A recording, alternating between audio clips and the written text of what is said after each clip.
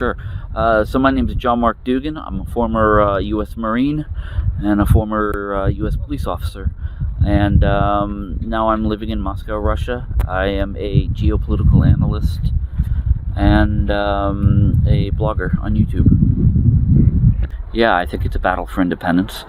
It's very clear that the people in Donbass, they want their independence. But I also think it's a battle for good versus evil. I mean, you see what the Ukrainian military has been doing to these people for so long. And then you go into, for instance, the Azov headquarters, and you see all the Nazi symbolism. And, you know, if they have this Nazi symbolism, they have these Nazi values and views. And this cannot be allowed to grow in a civil society, because I mean, this is like a cancer. So, you know, part of the reason I think Russia is here is not just for independence, but it's to, you know, to make sure that these values don't take root and spread. You support Russia in this war? Absolutely, yeah. Why?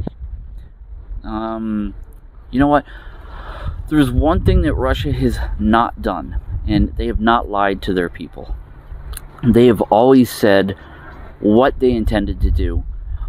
They have always told NATO what their plans were, and they told NATO and even Joe Biden himself that there was a line that Russia would not allow the West to cross, and that was putting NATO in Ukraine.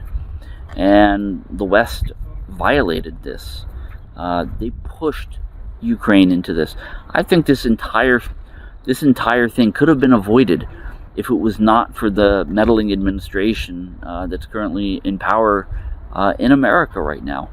You know, I think there was some hope for some peace before America pushed the Ukrainians and Russians into war. So, yeah. Do you think this is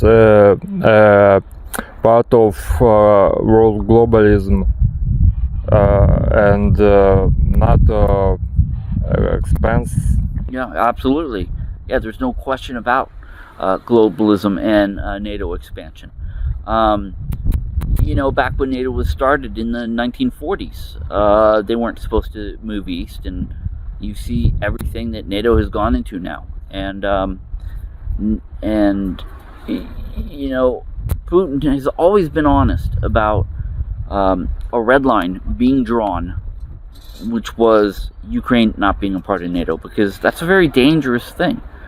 The United States would not like it if Russia and China started a military alliance and put troops and weapons and warships and tanks on the border of the United States in Juarez, for instance, right? It would never happen. But that's exactly what America is pushing here.